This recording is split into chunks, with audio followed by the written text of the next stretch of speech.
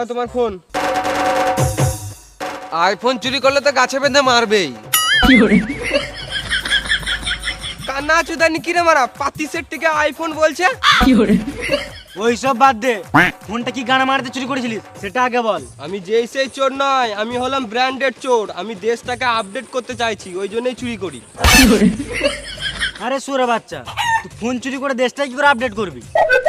আমি যদি মানুষের পুরনো জিনিসগুলো চুরি করব, তবেই তো মানুষ নতুন নতুন জিনিসপত্র কিনবে, তারপরেই তো আমাদের দেশটা উন্নতি হবে।